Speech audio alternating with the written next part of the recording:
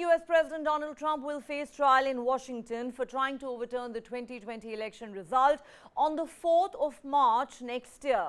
This comes despite efforts by Trump and his lawyers to push back the case by several years.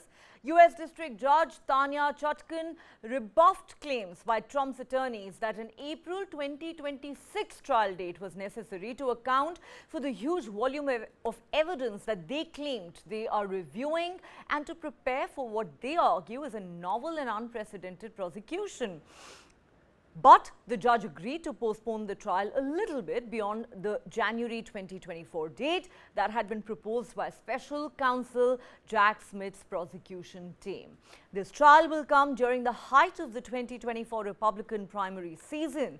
The judge said the public has a right to a prompt and efficient resolution of this matter.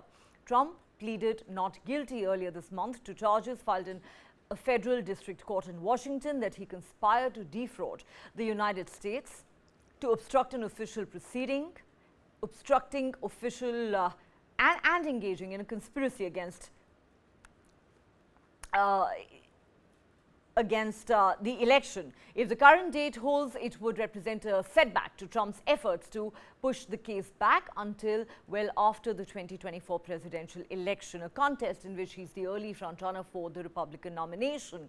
The March 2024 date would also ensure a blockbuster trial in the nation's capital in the heat of the GOP presidential nominating calendar, forcing Trump to juggle campaign and courtroom appearances and coming the day before Super Tuesday, a crucial voting day when more than a dozen states will hold primaries and when the largest number of delegates are up for grabs.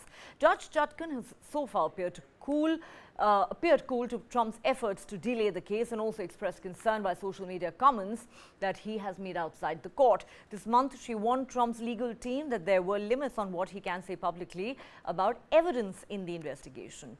The Washington case is one of 4 prosecutions that Trump is facing. The 4th March trial would take place just weeks before a scheduled New York trial in a case charging him in connection with a hush money payment to a porn actor.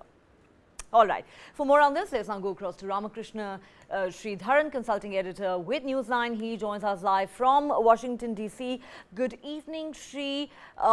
Trump's lawyers obviously wanted the trial to be pushed to April 2026. That was never going to happen. That was never going to fly with Judge Chutkan. Now that we know that the trial is set for March 2024, what does it mean for Trump and what does it mean for his presidential campaign? Right.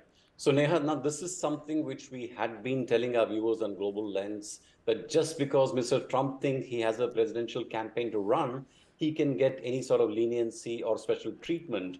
So the judge in her decision was very clear that, we have to treat every individual in accordance with law, in the eyes of the law. A former president is the same as any other American citizen. Now, that said, how does this trial, the start of the trial, impact Mr. Trump? Now, Neha, as you know, Mr. Trump is by far the most popular Republican nominee for 2024 elections. So I don't think this is going to, be a huge setback for him. Of course, Mr. Trump will need to spend, maybe even that's not sure if he's going to be physically present, if he needs to be physically present in the court for the trial. That's again something which is not clear yet.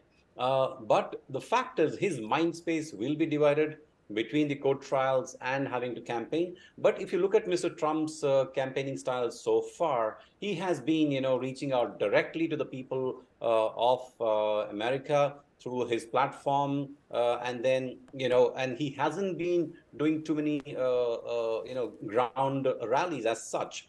So the question which, the American voters will really want to ask is, with these trials starting, May 4th is the federal indictment trial start. March 24th will be the start of the second indictment on the hush money case involving porn star Stormy Daniels.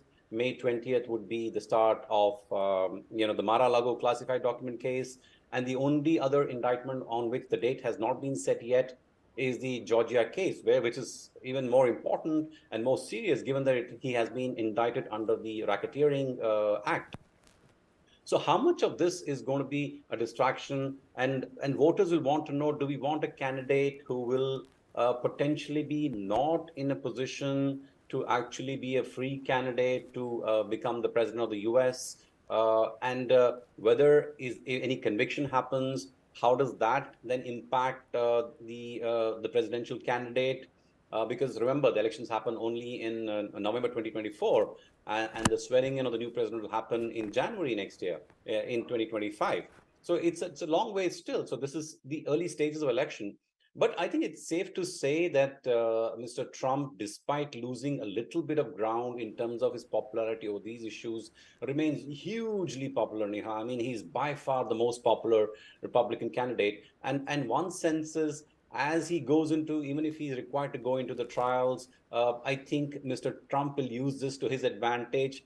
He's going to regale his voter base with stories of what happened in the court that day. So he will, definitely go ahead and capitalize on the trials as well to strengthen his voter base. So I think Mr. Trump is on a very strong wicket as far as the Republican ticket is concerned, Neha.